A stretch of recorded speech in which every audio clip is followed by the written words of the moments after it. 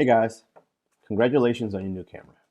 Whether it was given to you, gifted to you, or you brought it, or it was used, it's new to you, right? Cool. Doesn't matter if it's a DSLR, mirrorless, or whatever. Now you've been taking pictures with it, hopefully, and you've probably been taking pictures with it in auto. Let's go over a couple of things so you can start getting out of auto so that you can be in more control of your own pictures, okay? First, we're going to start with ISO. Now the ISO is the amount of light that the sensor takes in. Now with a DSLR, well, with a crop sensor camera, doesn't matter if it's DSLR or if it's mirrorless, the ISO will allow it to take in light, but the smaller sensor is only able to take up so much light before it goes grainy faster. Now both cameras will go grainy if you take the ISO up too high, too fast. So typically a camera will start at say 100, ISO 100, whereas the Sony A7 III, it'll actually start at ISO 50. But we're not going to go there. We're just going to do the basic, try to get a basic understanding, okay?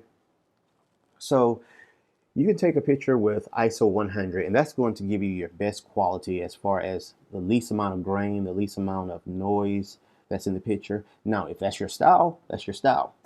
But I want to show you a couple of pictures that was taken with ISO at different ISOs. The first one will be at ISO 100.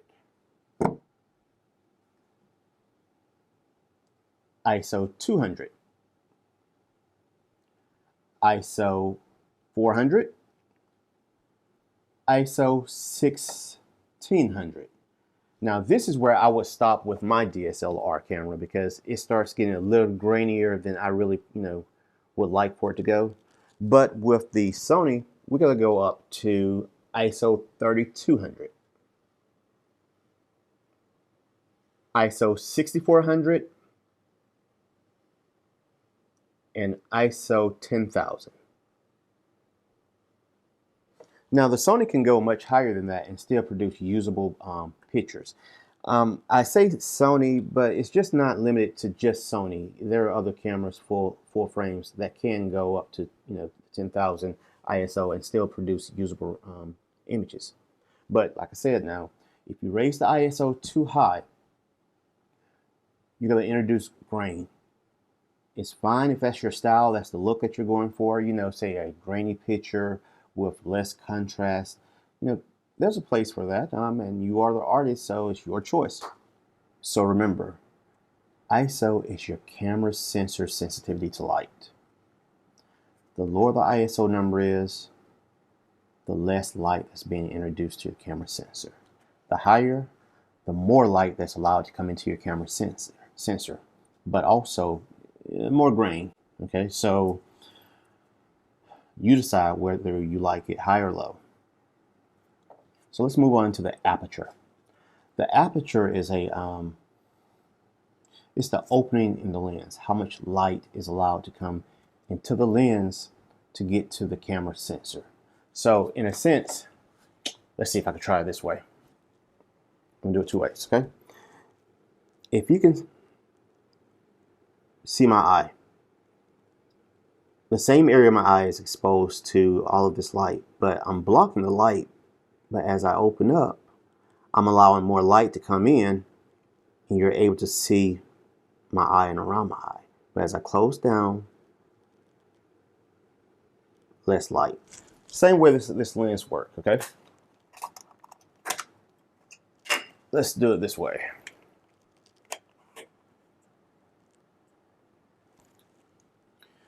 You should be able to see there's a small hole in there. That's the aperture. And as I manually adjust it, you can see it's opening up, allowing more light to enter into the lens to get to the sensor.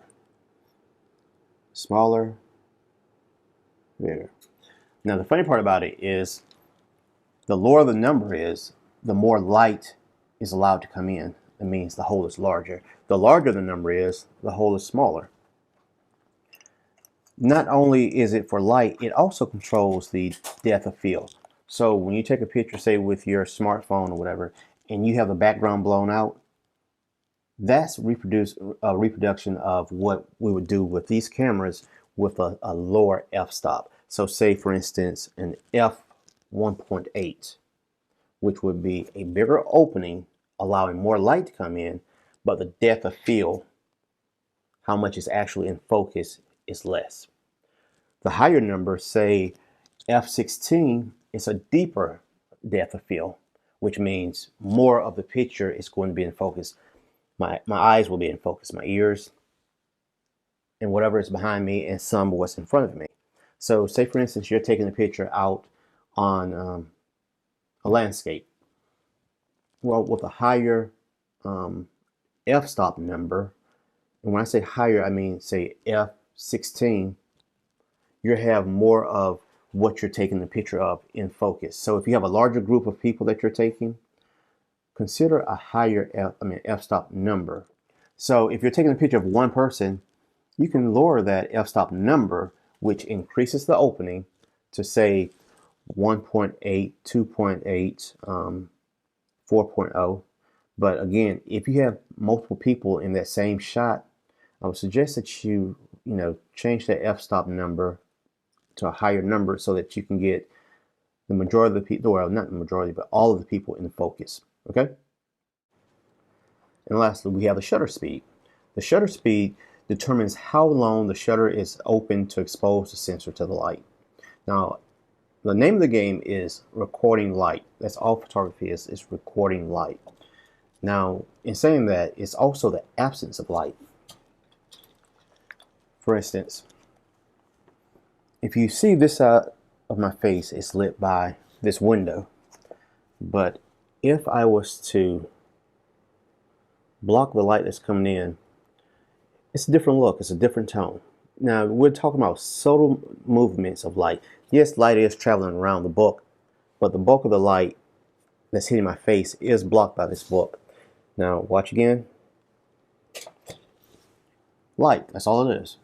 So I set this scene up the way I wanted it to be lit according to what mood I wanted to try to set. The lamps in the background, just playful. Color light, which is I'm recording on daylight, but the lights behind me are amber. So that's a warmer light, and you see the effect. Just something for the background, just being playful. Anyway, when you're setting the shutter up, the shutter, try that again. When you set your shutter speed, what you're doing is you're trying to determine, do you want to stop motion? Do you want to blur motion? Or somewhere in between. So if you've ever seen a picture of a car, a race car that's running around the track, the photographer can take a picture of that car at a shutter speed high enough that will make it look like the car is just sitting still. Or they could lower the shutter speed where you'll see the blur effect on the wheels, and you will know that, hey, that car really is moving. I like to have my shutter speed high enough where it stops most action of things I take. I don't really take pictures of race cars or race bikes or anything like that. But if I'm taking a picture of a person and say it's an event, I don't like to take pictures when people are eating. But as long as they're just interacting with other people, or they're on the stage or whatnot speaking, I'll take a picture. And now, in doing that, you may have to take multiple pictures, because what you end up with is you end up with someone, or their mouth wide open. That doesn't make a presentable picture. You're not showing that person in a good light when you just have their mouth just wide open. But also with the shutter speed, look at your lens and take the longest focal length. So this is a 17 to 50 millimeter lens. I would not lower my shutter speed any lower than 1/50th of a second. Okay, now remember, this is just the basic of it. And these are guidelines. None of this is written in stone. You can break, bend, or alter any of these rules. You're going to adjust your ISO, you're going to adjust your aperture, and you're going to adjust your shutter speed. So it's a balancing act of what it is that you're looking for. No one can tell you what it is that you're looking for in the picture. Only you can. So take your time, go out, try these things out, and let me know what you think. If you have any questions or comments, leave them below. Also, if you're interested in either one of these items that I'm using, of course not the window light, but I do have a softbox by Glow. I'll probably do a review on it in the future. or a Sony camera or lens, how about checking out the affiliate link below? Any purchase that you make is no fee added to you, but I will get a couple of pennies off of that if you don't mind helping support the channel. I do appreciate it. I hope you have a good day. God bless.